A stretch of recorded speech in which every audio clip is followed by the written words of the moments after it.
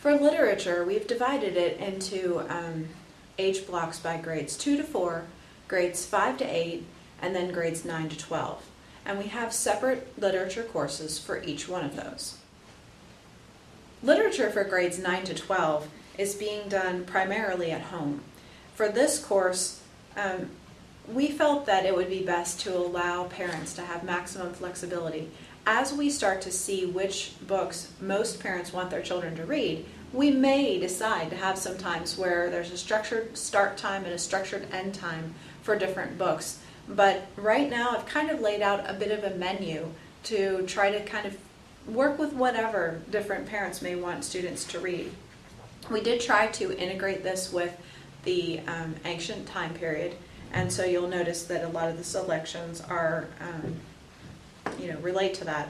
First of all, there's a course called How to Read Great Literature, which is provided through Homeschool Connections. It does not require any books to purchase, and it may be a wonderful start for your academic year of reading.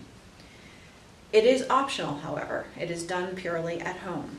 And again, we may decide to have students work together if we find that the multiple families want to do a particular thing. All students will be reading the Iliad this year. I think it's important that students read the Iliad. It's considered fairly standard high school fare. And we have a 6-week Homeschool Connections course which will guide students through the Iliad. And that can be started or finished at any time during the school year because it is independently done, again, unless we decide that we want to add some coordination. This requires a particular translation of the Iliad, which is published by University of Chicago Press. There's more information on the book list. Then we're also including a history basics track. The idea with this track would be books that are not too hard to read, that give students good information about the ancient world that's good for them to have, which they may not have received earlier in their education. But if they've already read these books earlier in their education, they may not want to repeat them.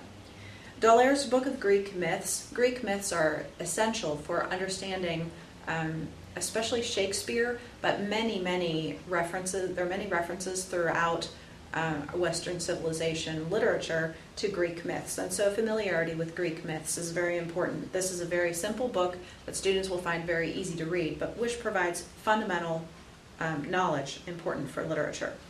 Also, Famous Men of Greece and Famous Men of Rome are both suggested in our History Basics track.